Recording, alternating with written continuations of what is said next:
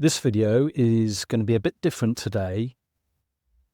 I'm going to tell you a story about a friend and businessman I know who went from 2 million to zero trading.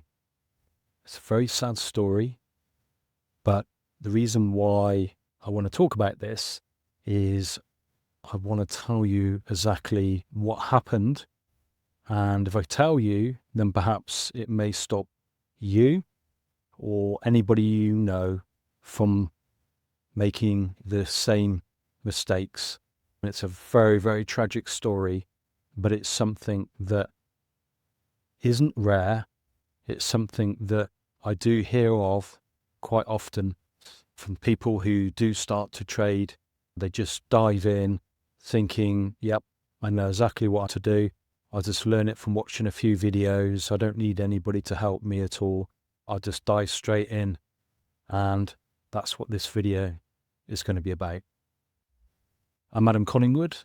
And if you've not come across me before, I've been trading for a long time. Before that, I was a financial advisor for many years, where I really understood how to plan properly for the future and also the importance of risk management, which is one of the reasons why this happened. I then started trading 15 years ago, and people started to ask me how I did it. And then a coaching business evolved from that, where I educate and coach, mentor, consult with people looking to start trading from scratch, or for people that have been trading for some time but have been struggling to really dial in the strategy and start making consistent money, which is why I built some financial software which enables you to trade properly. So please watch this to the end and perhaps share it with people you know who are just starting to get into trading or are struggling, because there's all sorts of things that can go wrong. People can get themselves into all sorts of trouble if they don't have a plan. Now, I'm going to tell you the story about Mark. Now, that's not his real name. He started from nothing. He had an idea and he saw a gap in the fashion world, started the company up with very little money, and he grew that business over several years to a point where it was creating millions. He had all sorts of challenges. He employed lots of people. He got into issues with other fashion brands and he fought them all off. He was very resilient and a strong character, lovely guy. But he then decided that he was going to get out and sell the company. So a firm came in, offered him £2 million to buy him out, and he took it. He thought, that's it, I'm made. Okay, he was driving around in all the supercars. He was only a young chap, and he built himself a fantastic business. And as I say, he sold that for £2 million. So he's got 2 million in his bank account. Now, you probably would think, well, what would you do with 2 million? Maybe buy a house with it.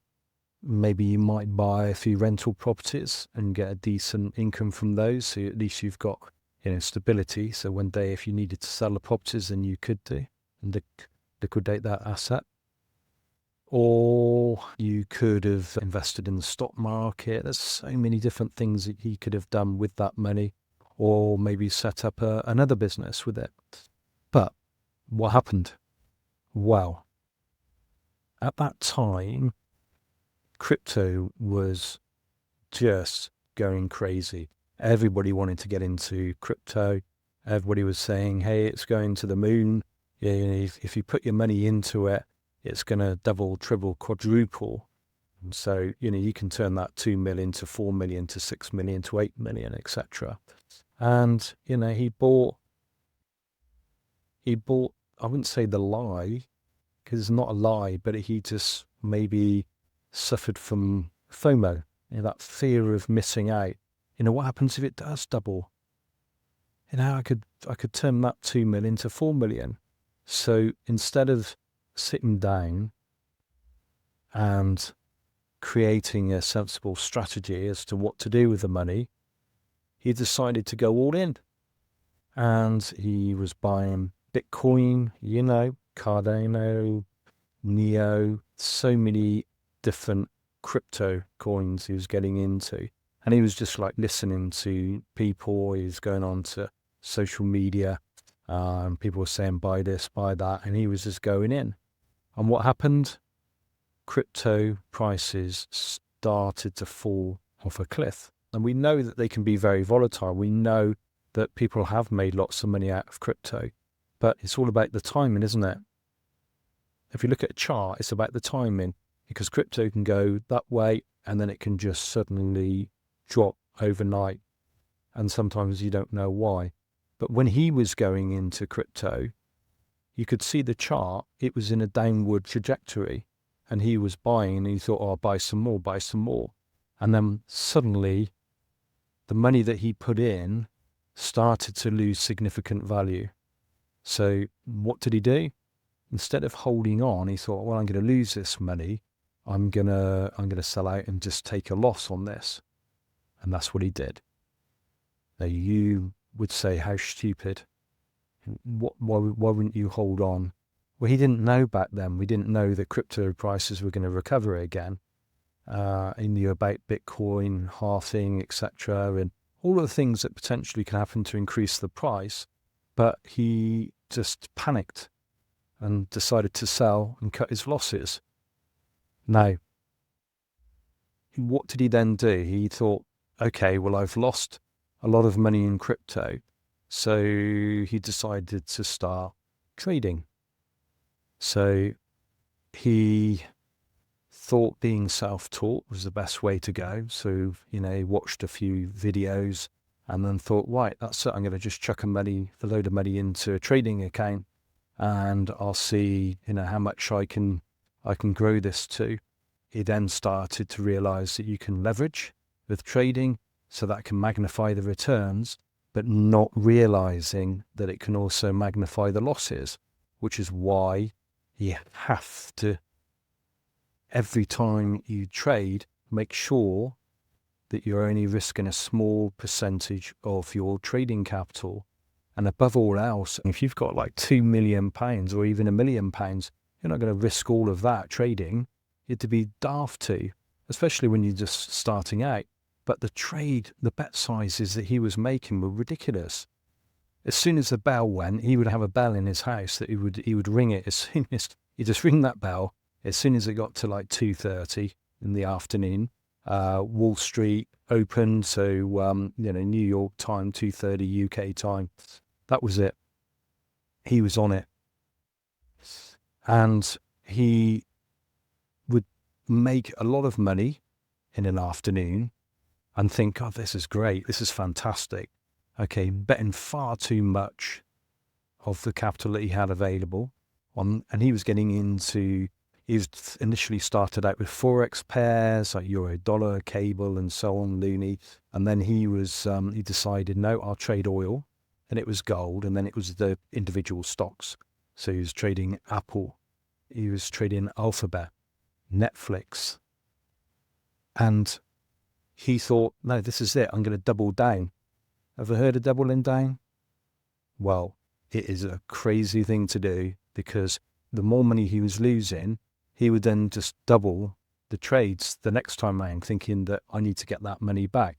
Didn't understand how drawdown works. I've got a drawdown guide and a drawdown calculator, so I will put that in the comments below. So, because if you're trading, you need to know if you've got a losing streak of 6, 7, 8 trades. Can you imagine if you were risking, say, 2% of your trading capital on each trade, and you got maybe 10 in a row one, that's 20% you're down.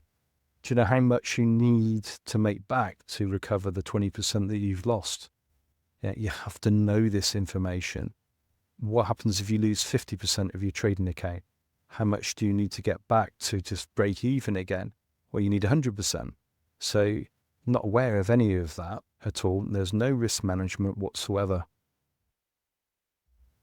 So what happened next?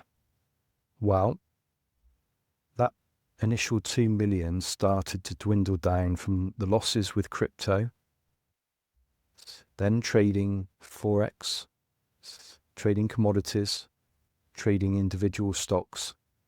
That started to dwindle down, and he was down to his last 200,000. Okay. So what did he do? Did he decide to cut his losses then? When he was at 500,000, he thought, no, I'm not going to trade anymore. But something got in his head. I've got to get this money back. It's a psychological thing. I've got to get this money back. So put bigger trade sizes on. That was his way of getting back what he'd originally lost. Next thing, he's down to 200,000. So what does he do? What does he do then? He then goes all in. He thinks, that's it. I need to get this money back. Do you know the return you need to get back from 200,000 to 1 million or even 2 million? You know, he didn't have a cat in hell's chance. Okay, he just got himself into quicksand, and he just couldn't get out of it. He just didn't know what to do. He didn't know who to speak to. He couldn't sleep at night. He was just like panicking. Just his head was all over the place. Okay, and this is what can happen when you just jump into something without having any education, without having any coaching. It's like, you know, anybody who wants to become good at something, do you think that they can really do it on their own? Or do they need help? Well, most people, if they want to get fit, they see a personal trainer. They want to learn how to do something, they go to somebody that knows or has been doing what they want to know how to do for a long time and been pretty successful at it, and understand the things that can go wrong, to have had all the battle scars, to point the things out that they shouldn't be doing, to systemize everything for them. That's what you would do. Now, if you want to learn about how to become a great at business and increase revenue, then you might go to a business coach and say, right, okay, what do I need to do? What's the strategy? You know, how do I get more clients? How do I generate more revenue? Okay, you would ask for help. And if you don't, then sometimes you're not making any leaps forward. Okay, you can just remain stagnant. So again, it's not his name, but I'll say Mark. So what did Mark do with his 200,000? He went all in and he lost the lot. Now, 2 million to zero in just 18 months. And that's what happened, 2 million to zero in just 18 months. And I've seen over the years many people lose lots of money. That was probably the biggest that I've heard of. Unfortunately, I didn't know this guy back then. I wish I had done, and I would have told him how to do it a completely different way, and certainly wouldn't have been risking 2 million of his money invested into crypto and trading the financial markets. Even if he just dipped his toe in the water with 10% of the money, and then the other 90%, you know, he could have bought a house. He would have had a house now, no mortgage on it. It would have been owned outright. He could have maybe bought some rental properties, got somebody to manage them and get a good, decent rental income. Or he could have just put money in an S&P 500 or invested in some individual stocks. He could have bought a stock portfolio, maybe put 500,000 into that, you know, with good companies that paid a decent yield, such as Tesco. He could have got into BHP Billiton, Lonmin, you know, so many different individual stocks, Persimmon, Bovis, high-yielding dividends, and that would have just generated a nice income for him. Yes, so share prices in those companies can go up and down, but overall, they've been going north. Okay, so not only would he been getting a dividend income, but he would also have seen those shares increase in value. And even if they didn't, he wouldn't need to touch the money because he'd put that aside to generate an income from and still have enough money, available, emergency monies, cash available, maybe money in things like premium bonds, the most boring thing out. But at least it's an emergency fund. Gilts, just anything that would have given stability, and then risk a certain amount in trading and see if he could scale up the trading account. So if he had 100,000 in there and perhaps compound that up 5% a month. And even if he made 3% a month, he'd still be doing all right on that. But no, he just dived in. No education, no strategy, no plan. And this is a guy who started a business in the fashion world with lots of competitors out there, saw a gap in the market, and he started it from scratch. I think he just borrowed a little bit of money off his parents, and that was it. And it blew up overnight. It was just phenomenal success over the 5-year period. And he did have a lot of challenges along the way, but he stuck with it, and he did so well.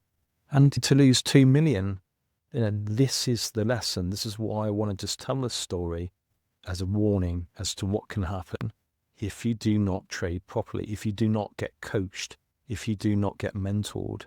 Okay, people think that it's an expense. It's not an expense.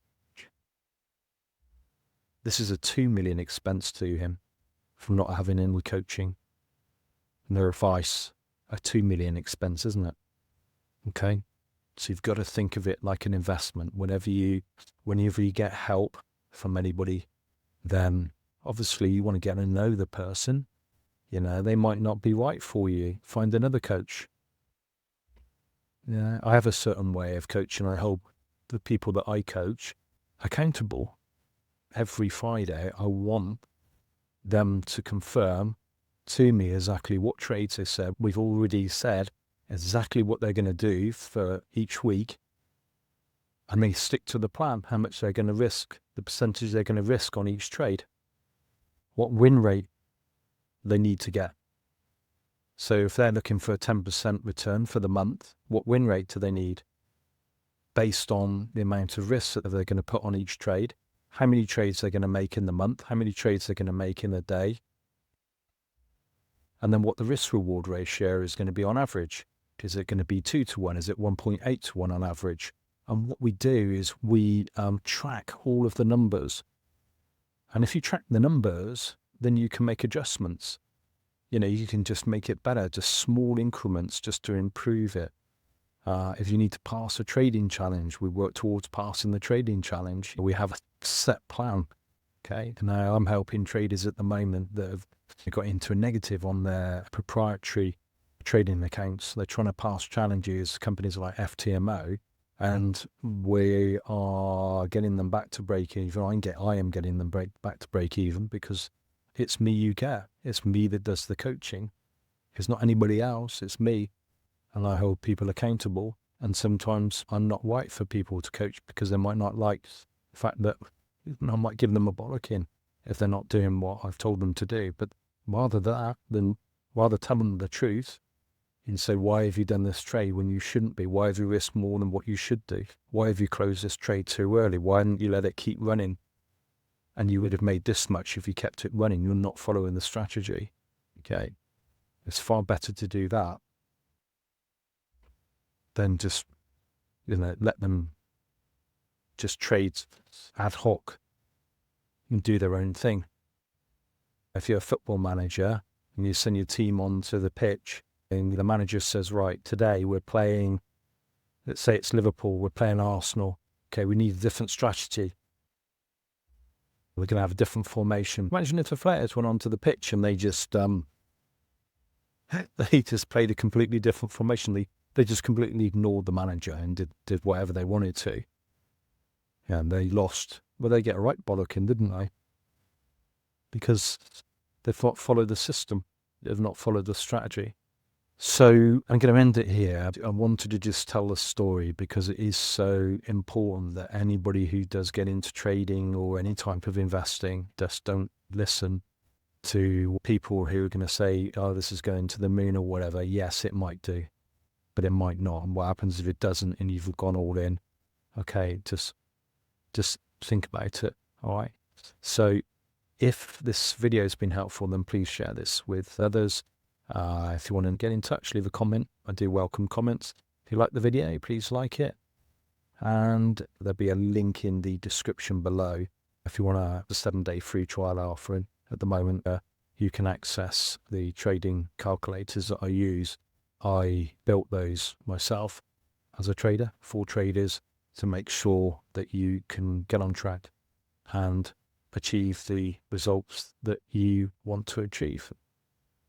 Okay, speak soon.